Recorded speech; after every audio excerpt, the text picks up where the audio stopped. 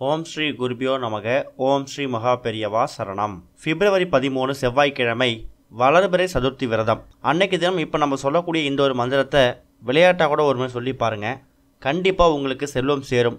வளர்பிறை சதுர்த்தி நாளில் விநாயகருக்கு விரதம் வந்து வழிபடுறதால பல தோஷங்கள் நீங்கும். திருமண தடை அகலும். குடும்பத்தில் இருக்கக்கூடிய பொருளாதார கஷ்டங்களை நீங்கும். கணவன் மனைவி பிரிஞ்சு வாழ்கிறாங்க அப்படின்னா அவங்க 2 பேரிடையில் ஒற்றுமை அதிகமாகும்.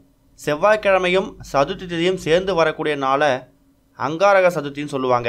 அன்னைக்கு தினம் விநாயகரை வழிபடுறதால நமக்கு செவ்வாய் பகவானோட அருளும் கிடைக்கும், விநாயகரோட அருளும் கிடைக்கும். அது மூலயமா நம்ம வீட்டில் இருக்கக்கூடிய கடன் பிரச்சனை, பொருளாதார பிரச்சனை விலகும். சதுர்த்தி விரதம் இருக்கிறதால பொருளாதார பிரச்சனை மட்டும் இல்லை, உடல் சம்மந்தப்பட்ட பிரச்சனைகளும் விலகும். உதாரணத்துக்கு ஒருத்தவங்க ரொம்ப நாட்களாக நீண்ட காலமாக நோயால் அவதிப்படுறாங்க அப்படின்னா அவங்க பூரணமாக உடல்நலம் பெறணும் அப்படிங்கிறதுக்காக அவங்க சதுர்த்தி விரதம் இருக்கலாம்.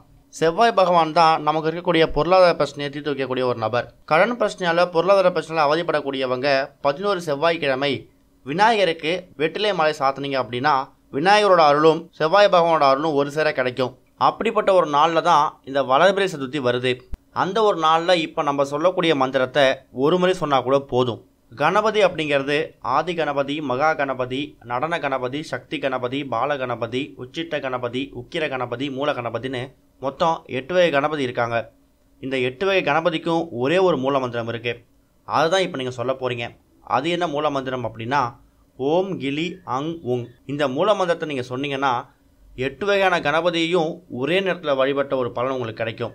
இந்த மந்திரத்தை வளர்பிறை சதுர்த்தி அன்னைக்கு, வளர்பிறை சதுர்த்தி மட்டும் இல்லை, விநாயகருக்கு உகந்த நாளாக இருக்கக்கூடிய எந்த நாளில் வேணாலும் இந்த மந்திரத்தை நீங்கள் ஒரு முறை சொல்லலாம். அப்படி சொல்கிறது மூலயமா விநாயகர் பெருமானோட அருள் உங்களுக்கு பரிபூர்ணமாக கிடைக்கும்.